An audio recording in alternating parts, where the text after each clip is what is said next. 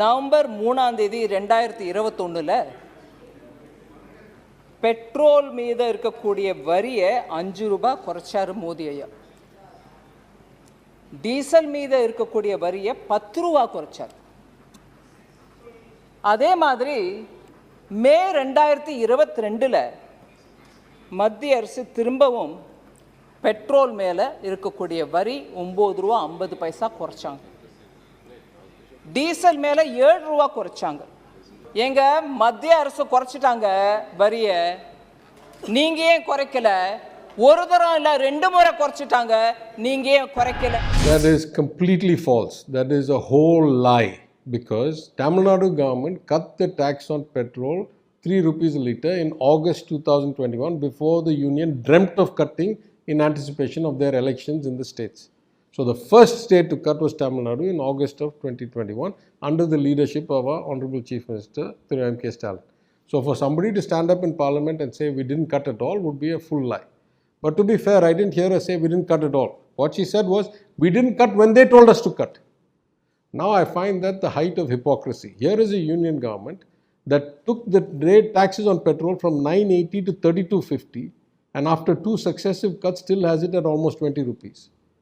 Took the diesel from 380 to 3150 and after 2 cuts still has it at 15 something rupees.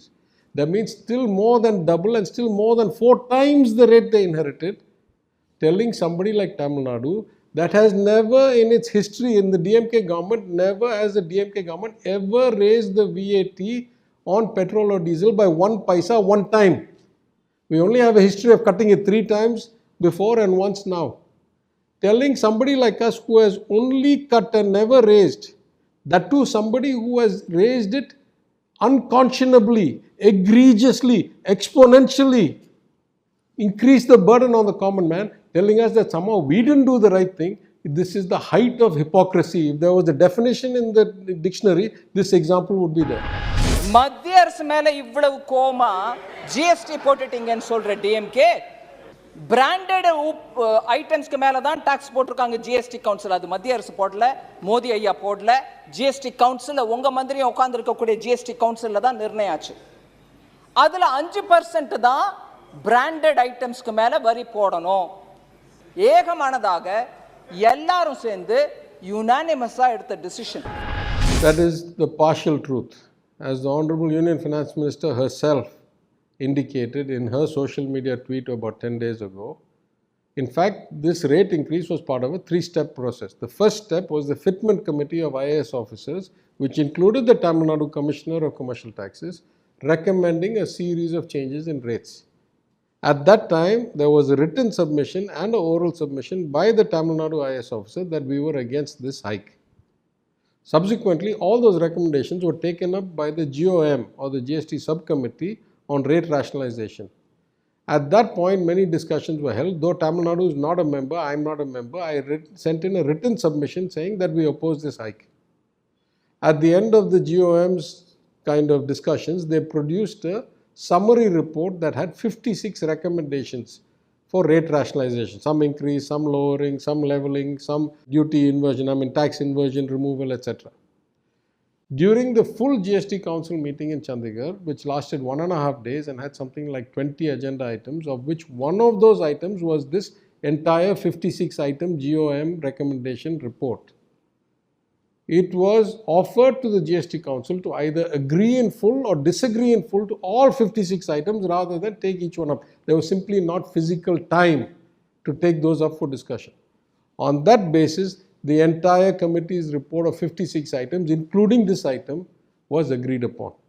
So though the Union Finance Minister explained this fully in the social media and outside Parliament, in the Parliament she glossed over the fact that it was this 3-step process and just made it look like it was a single decision on a single item that was put to vote. It was not.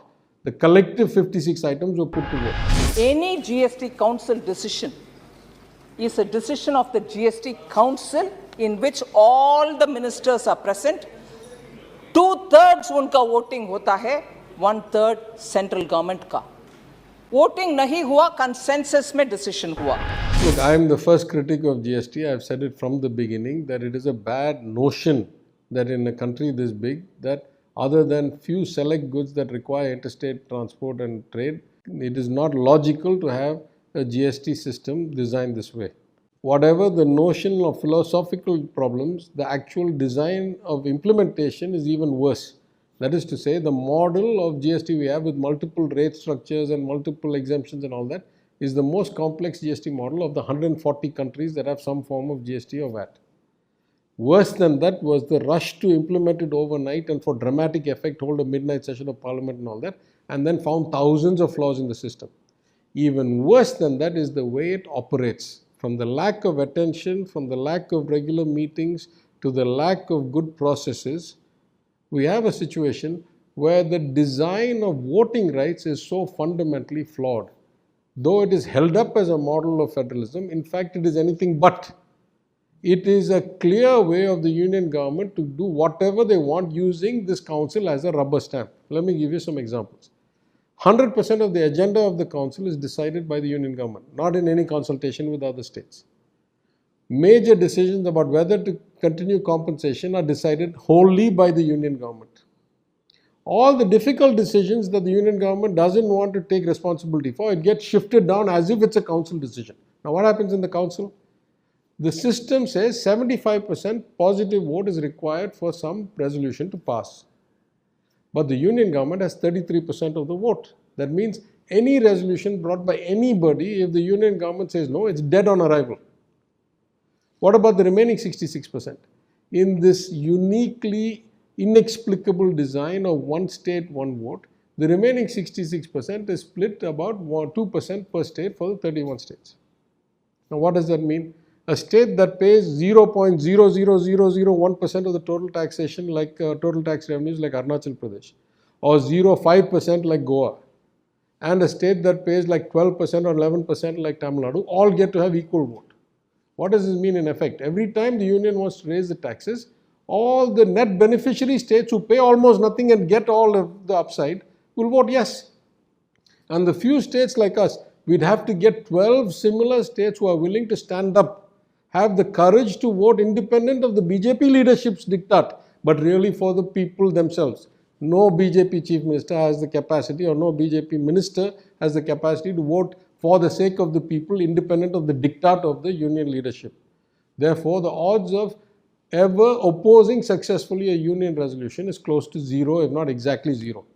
Under these circumstances, trying to force a vote on one of 56 items, on one of 20 agenda items, in the middle of a day and a half GST council is an exercise in futility.